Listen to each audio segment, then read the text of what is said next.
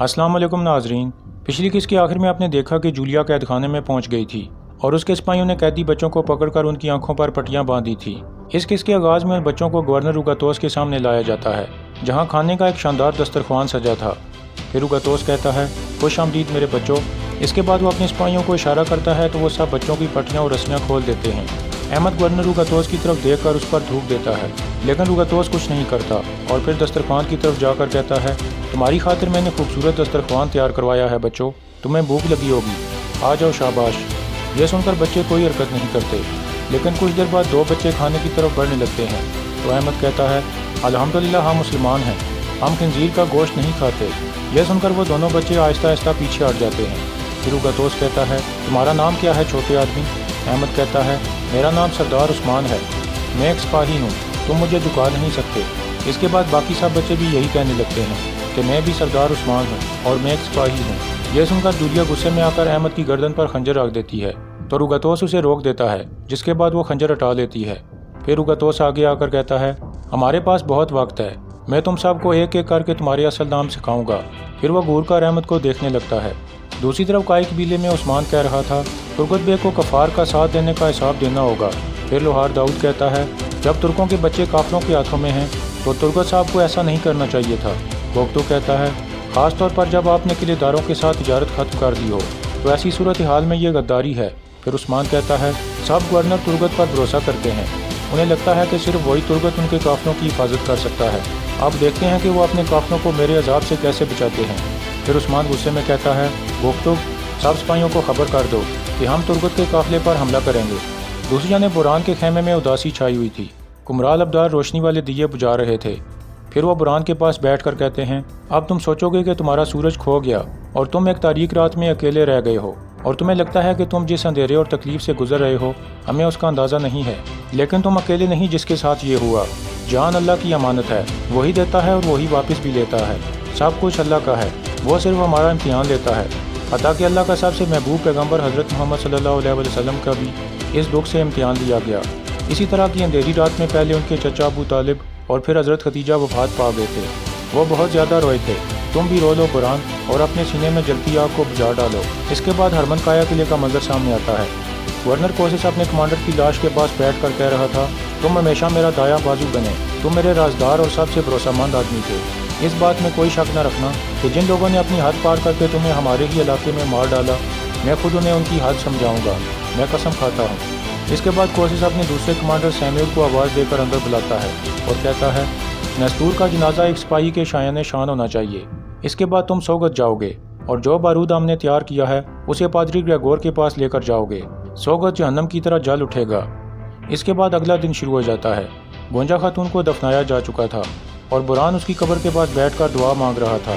دعا کے بعد وہ قبر پر ہاتھ رکھ کر کہتا ہے، گونجا تم شہید ہو کر بھی میرے اندر زندہ ہو، تم نے مجھے اس تکلیف میں چھوڑ دیا اور خود چلی گئی، اب میں اس تکلیف سے تمام کفار کے ٹکڑے ٹکڑے کر ڈالوں گا، میں ہر روز کافروں کو مٹی کے نیچے بھیجوں گا، مگر سب سے پہلے اس غلیظ سے شروع کروں گا جس نے تمہیں مارا تھا، میں قسم کھاتا ہوں کہ سب سے پہلے اس کا خون بہایا جائے گا۔ یہ کہہ کر برہان وہاں سے چلا جاتا ہے۔ اسی دوران عثمان اور سپاہی ترگت کے قافلے پر حملے کے لیے روانہ ہو گئے تھے۔ برہان بھی وہاں پہنچ جاتا ہے اور کہتا ہے، مجھے بھی ساتھ لے چلیں حضور۔ عثمان کہتا ہے، قبیلے واپس جاؤ برہان، تمہیں تسلی کی ضرورت ہے۔ برہان اپنی تلوار نکال کر کہتا ہے، میری تسلی صرف اسی کام سے ہوگی سردار، انتقام لیے بغیر تسلی اور آرام مجھ پر حرام ہے۔ یہ سن کر عثمان کہتا ہے، ماشاء اللہ، یہی رویہ میرے سپاہی کو زیب دیتا ہے، چلو چلیں۔ اس کے بعد وہ سب روانہ ہو جاتے ہیں۔ اسی طرح ترگت اور اس کے سپاہی ایک قافلے کی حفاظت کرتے ہوئے آگے بڑھ رہے تھے کہ عثمان ان کے سامنے پہنچ جاتا ہے۔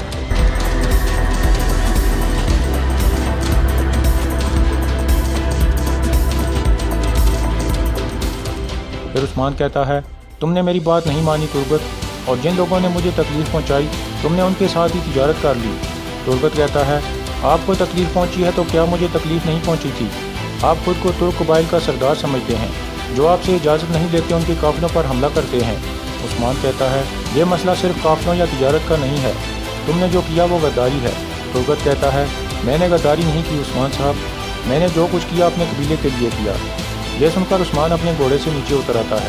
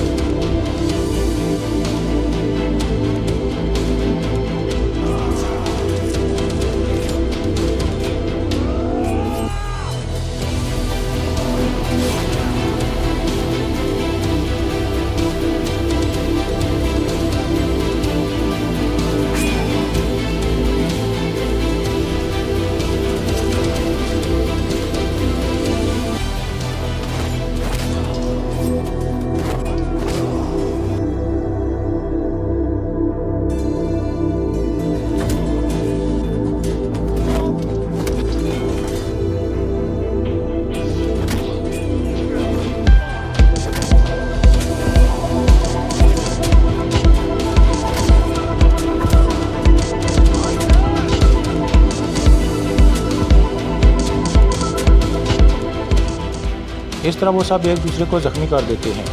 इसके बाद एक मंजर सामने आता है जब उस्मान और तुर्गत एक गार में मौजूद थे। तुर्गत कह रहा था, खैरियत है उस्मान साहब, आपने मुझे यहाँ क्यों बुलाया? उस्मान ने कहा था, ये एक तरकीब है, मैं बच्चों को बचाने के लिए यहाँ आया हूँ। गवर्नरों को ये महसूस होना चाहिए कि तुम उनके साथ हो। अगर ऐसा हुआ तो हम बच्चों को बचा सकते हैं। सब काफिरों ने भागने के लिए खुफिया सुरंग बनाई होती है। मैं बिलाजे किले की तरफ जाने वाले खुफिया रास्ते को जानता हूँ। वो किले के बावर्ची खाने से निकलता है, लेकिन वो रास्ता आप हमारे लिए खोलेंगे। फिर तुर्गत ने कहा था, उस रास्ते को खोलने के लिए मैं काफिले के साथ किले में दाखिल हो जाऊँगा। फिर उस्मान ने कहा था, मगर उन्हें यकीन दिलाने के लिए हमें एक बड़ा खेल खेलना होगा। इस मंजर के बाद उस्मान और उसके सिपाही वापस रवाना हो जाते हैं। इसके बाद तुर्गत काफिले के करीब जाकर कहता है, मैं तुमसे इसका हिसाब लेकर रहूँगा उस्मान। फिर काफिरों का एक सिपाही कहता है, बस इस जैसा ही कोई बहादुर उस्मान को रोक सकता है, अब हम महफूज हैं। फिर तुर्गत कहता है, चलो चलें, हमें बिलाजे किले जाना है। दूसरी तरफ बिलाजे किले में बच्चों के सामने खाना रख दिया गया था, लेकिन वो खाना नहीं खा रहे थे। फिर जूलिया कहती है, मेरे ख्याल में तुम्हें खा लेना चाहिए, क्योंकि जब तुम हरीतोस की तरबियत गाह पर जाओगे तो तुम्हें खाने से परहेज करना होगा। फिर अहमद खड़ा होकर कहता है, हम में से हर एक के सीने से नूर का दरख्त निकलता है जो आसमान तक जाता है, तुम लोग जो मर्जी करो फर्क नहीं पड़ता। जूलिया कहती है, इस कदर पुरयकीन मत हो छोटे तुर्क। अहमद कहता है, हम अपने दिलों में मौजूद ईमान के साथ बाहैसियत तुर्क पैदा हुए थे और बाहैसियत तुर्क ही मरेंगे। फिर सब खड़े होकर यही अल्फाज दोहराने लगते हैं। यह देखकर जूलिया गुस्से में आकर वहाँ से चली जाती है। इधर उगातोस कह रहा था, तुम्हें यहाँ आने की ज़रूरत नहीं थी मारी। तो मारी कहती है, मैं पुरयकीन होना चाहती थी कि काफिला यहाँ तक हिफाजत से पहुँच जाए। उगातोस कहता है, क्या तुम्हें लगता है कि तुर्गत इस काम में कामयाब हो जाएगा? मारी कहती है, तुर्गत एक ताकतवर और अक्लमंद आदमी है रुगातोस। इतने में तुर्गत अंदर दाखिल होता है तो मारी और रुगातोस उसे खुशामदीद कहते हैं। रुगातोस कहता है, हम आपका ही इंतज़ार कर रहे थे। फिर तुर्गत कहता है, मैंने अपना वादा पूरा किया, काफिला सही सलामत यहाँ पहुँच चुका है। इतने में मारी की नज़र तुर्गत के हाथ पर पड़ती है तो खून देखकर वो कहती है, तुर्गत साहब आप तो जख्मी हैं। इसके बाद तुर्गत गिर जाता है और बेहोश होने का ड्रामा करने लगता है। मारी और रुगातोस काफ़ी परेशान हो जाते हैं। फिर रुगातोस कहता है, सिपाहियों, हकीम को बुलाओ और इन्हें कमरे में ले जाओ।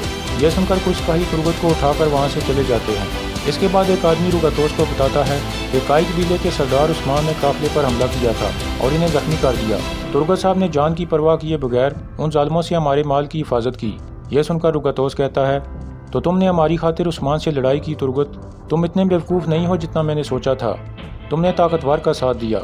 दूसरी तरफ एनागोल किले में निकोला कह रहा था, बच्चों को फ़ौरन तरबियत गाह भेज देना चाहिए। तुर्कों को ख़त्म करने वाले ये तुर्क बच्चे बहुत जल्द तरबियत हासिल कर लेंगे। कोशिश कहता है, लेकिन ये इतना आसान नहीं है निकोला, बल्कि पहले उनके दिलों में खूबसूरती से ईसाइयत का बीज बोना होगा। निकोला कहता है, जब ये बच्चे बड़े हो जाएंगे तो पहले उस्मान और फिर इस इलाके के तमाम तुर्कों का सफाया कर देंगे। दूसरी जानिब उस्मान और सिपाही जंगल में एक जगह मौजूद थे। सबसे मुखातिब होकर उस्मान कहता है, अब तक सब ठीक चल रहा है, मगर हम नहीं जानते कि रात को क्या होगा। हमें दुश्मन के किले में दाखिल होना है, यह बहुत ज़्यादा खतरनाक हो सकता है, हर किसी को एहतियात से काम लेना होगा। गोख्तू कहता है, आपका रास्ता हमारा रास्ता है सरदार, आप जहाँ कहेंगे हम चलेंगे। फिर बुरहान कहता है, आप बस हमें अदब दिखाएं हुजूर, हम अल्लाह की मदद से भेड़ियों के झुंड की तरह हमला कर देंगे। यह सुनकर उस्मान कहता है, माशाल्लाह, तुर्क वही है जो मौत से नहीं डरता। अब हम जाकर अपने बच्चों को उन कुफार के हाथों से बचा लेंगे, चलो चलें। इसके बाद वो सब घोड़ों पर सवार होकर रवाना हो जाते हैं। दूसरी तरफ तुर्गत बिलाजे किले के एक कमरे में मौजूद था। फिर वो होश में आता है तो मारी पूछती है, आप ठीक तो हैं तुर्गत साहब? मुझे फ़िक्र हो रही थी। तुर्गत कहता है, परेशानी की कोई बात नहीं, कोई ख़ास ज़ख्म नहीं है। मारी कहती है, जो कुछ आपने किया वो काबिल तारीफ़ है, हमारे लिए अपनी जान खतरे में डाल दी। तुर्गत कहता है, आपके लिए नहीं, सिर्फ वादा निभाने के लिए। फिर मारी बाजू की तरफ देखकर कहती है, आपके बाजू से खून बह रहा है। ये कहकर वो उसके पास बैठ जाती है और कहती है, हकीम ने इतनी ज़ोर से पट्टी बांध दी है, दर्द हो रहा होगा। तुर्गत कहता है, तुम्हें तो मालूम ही नहीं होगा कि तलवार का जख्म कैसा होता है बिजांतीनी हसीना। यह सुनकर मारी मुस्कुराने लगती है और फिर तुर्गत की पट्टी को सही तरह से बांधने लगती है। इसके बाद रात का वक्त हो जाता है। कोशिश का कमांडर सैमुअल सोगत के कमरे में पहुंचता है जहां इंद्रियास मौजूद था। फिर वो इंद्रियास के सामने एक थैला रखता है तो इंद्रियास पूछता है, क्या इसके अंदर बारूद है? सैमुअल कहता है, यह गवर्नर कोशिश की तरफ से पादरी ग्रेगोर के लिए एक छोटा सा तोहफा है।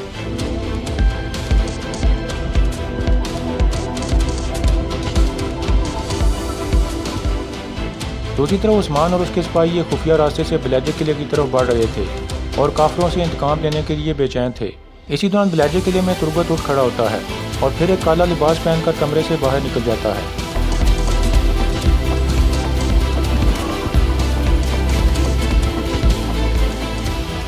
इस तरह तुर्गत एक सिपाही को मार देता है।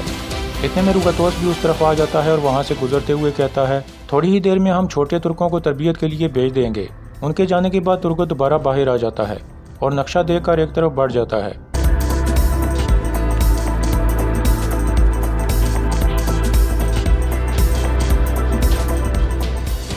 इस तरह तुर्गत खुफिया रास्ता खोलने में कामयाब हो जाता है।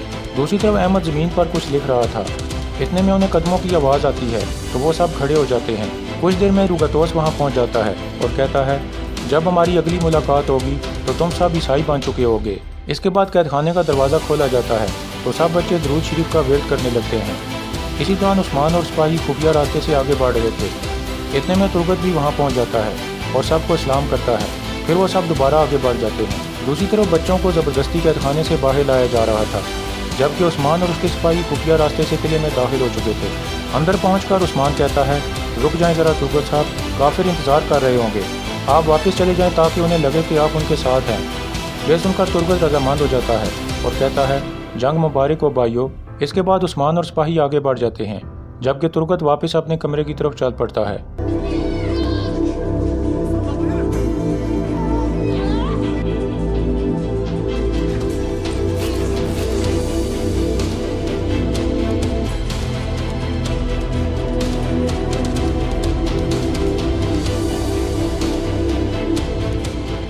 इस तरह उस्मान और उसके साथी कैद खाने में पहुंच जाते हैं, जहां बच्चों को रखा गया था। अहमद की टोपी को उस्मान पहचान लेता है। फिर वो ज़मीन पर देखता है तो वहां लिखा था, हमें हरीतोस तरबियतगाह की तरफ ले जाया जा रहा है। यह पढ़कर उस्मान काफ़ी हैरान होता है। इतने में किले के दो सिपाही बाहर से कैद खाने का दरवाज़ा बंद कर देते हैं और हंसने लगते हैं। लेकिन कुछ देर बाद उस्मान के सिपाही वहाँ पहुँच जाते हैं और उन दोनों को मार देते हैं। फिर उस्मान कहता है, जल्दी करो सिपाहियों, वो लोग बच्चों को ले जा रहे हैं। दूसरी तरफ तुर्गत वापस कमरे में पहुंचता है तो रुगतोस उसकी गर्दन पर खंजर रखकर कहता है, मुझे शुरू से ही लगता था कि मुझे तुम पर भरोसा नहीं करना चाहिए। मैंने तुम्हारे इलाज के लिए यहाँ क्या कुछ नहीं किया और तुम उस्मान की मदद कर रहे हो। इसी दौरान उस्मान और सिपाही आगे बढ़ रहे थे कि दोनों तरफ से किले के सिपाही आकर उन्हें घेरे में ले लेते हैं।